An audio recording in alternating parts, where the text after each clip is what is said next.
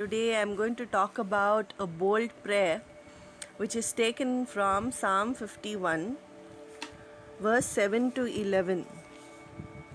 Purge me with hyssop, and I shall be clean. Wash me, and I shall be whiter than snow. Make me to hear joy and gladness, that the bones which you have broken may rejoice. Hide your face from my sins and blot out all my iniquities. Create in me a clean heart, O God, and renew a steadfast spirit within me. Do not cast me away from your presence, and do not take your Holy Spirit from me. So this is a prayer of David, a prayer of repentance, Psalm 51.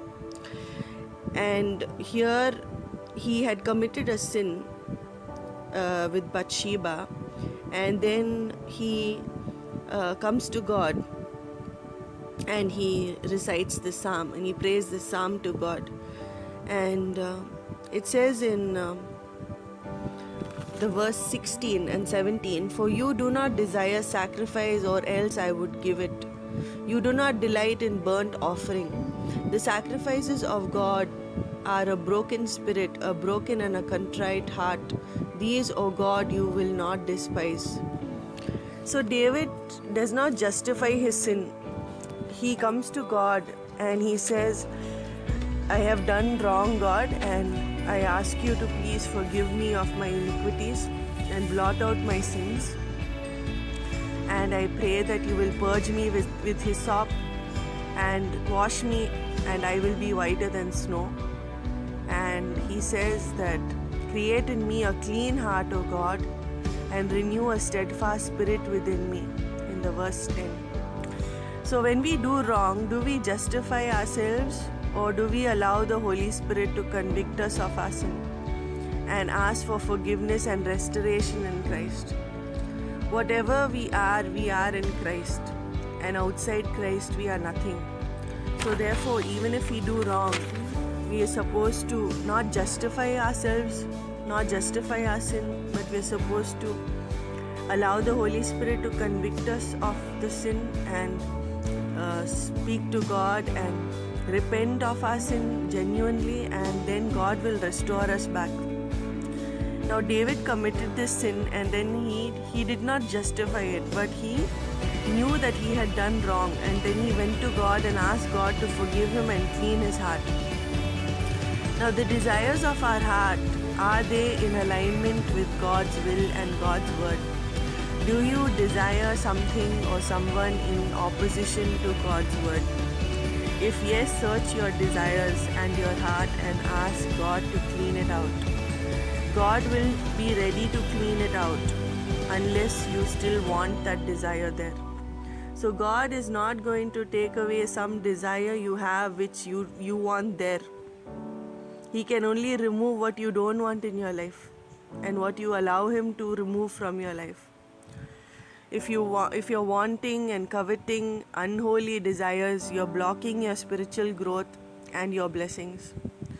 So do some introspection of yourself and check what are the desires you have. I ask you to make a list of the good desires and the bad desires, and pray about it, what needs to be done about it. The bad desires, of course, you can eliminate it one by one. God will help you to get rid of it one by one. The good desires, God will help you to grow on it, work on it more and more, build it up. So ask God for help about these desires which you have in your heart, because the devil can come against you using these desires which you have. And the Holy Spirit will help you to identify these desires, and He will help you to identify and to pray about it so that God can eliminate these desires from your heart. And you should be honest with yourself and with God, and you should be able to ask God to help you to get rid of these desires. So you can speak to God and you can ask God to help you with these bad desires or these unholy desires if you have any. And you can be honest with God, because God will not discuss you with anybody else. He is not going to gossip about you. He is not a gossip, and He's not going to gossip or reveal anything to anybody about you and your life or the desires you have. You're safe with Him, and your prayer with Him is safe in the secret place. So you can be honest with God and with yourself and speak to God about it.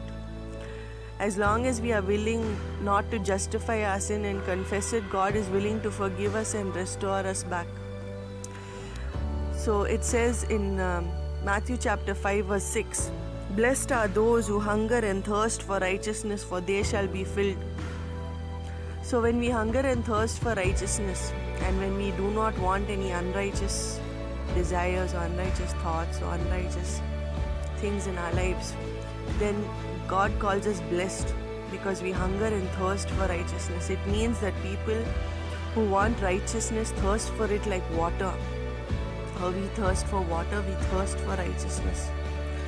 Jesus also loved righteousness and He hated evil. According to Hebrews chapter 1 verse 9, it says that Jesus loved righteousness, and God loved the fact that Jesus loved righteousness. So if you go to Hebrews chapter 1 verse 9, it says that you have loved righteousness and hated lawlessness. Therefore God, your God, that is God the Father, has anointed you with the oil of gladness more than your companions. So Jesus was somebody who loved righteousness and He hated lawlessness. Therefore God the Father had anointed Him with the oil of gladness more than all His companions, more than all the people who had come before Him, all the prophets, everybody else. He was anointed more than His companions with the oil of gladness. So when righteousness gives the peaceable fruit of peace and happiness and gladness. So when we live a righteous life and when we have righteous thoughts and righteous desires, then we will have the fruit of peace and joy in our lives. That is the kingdom of God, righteousness, peace and joy in the Holy Spirit. You will have the kingdom of God in you. So I pray that you will pray this bold prayer to God today and tell Him, God, I have this desire and I don't want it there anymore. This topic came about because yesterday I was speaking to God, and God, the Holy Spirit, made me identify a desire which I did not know that it is my desire. I thought it just comes and goes. I didn't know it is a desire of me. And then the Holy Spirit made me identify this desire and made me think whether this desire is good or bad. Then I thought about it and I said, no, this desire is not a good desire. And then I prayed about it. I told God, I don't want this desire, because this desire does not glorify you in any way. So I don't want this desire. So I asked Him to please take away that desire from me, because I change my desires and to fit your will and to fit your word. I don't want that desire. I prayed that prayer yesterday. So that's how this message came about. So I just wanted to share that with you so that you could also identify through the power of the Holy Spirit if you have any desires which are not in accordance with God's word and God's will. God will help you to remove it and to get rid of it completely, so that you'd be able to grow more and more in the Lord. Let us pray. Dear Abba Father, in the name of Jesus, I come to your throne of grace, Father. Father, I thank you for your word today.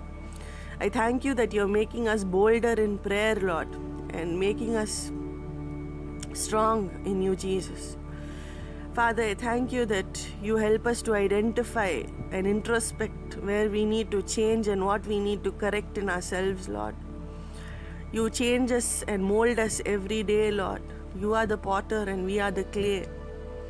You help us in molding of character and nature and everything. You build us up every day, God, and you eliminate what is not good. And you help us to get rid of what is not good in our lives and in our hearts and in our minds. I thank you, Father, for your word today, and I thank you that you are with us and you never leave us, you never forsake us. You are our greatest comforter, Holy Spirit, and you are our helper, and you are our teacher, and you are our guide, Father. I thank you, Holy Spirit, for your presence in our lives, and I thank you, Father, for all the truth that you lead us into, because you are the Spirit of truth, Father. I thank you, Holy Spirit. I thank you, Jesus. I thank you, Father. I thank you for your word today. Bless all your children, Lord, and help them to correct themselves and to introspect where they need to be corrected. And guide them into all your truth, Father. In the name of Jesus, I pray. Amen.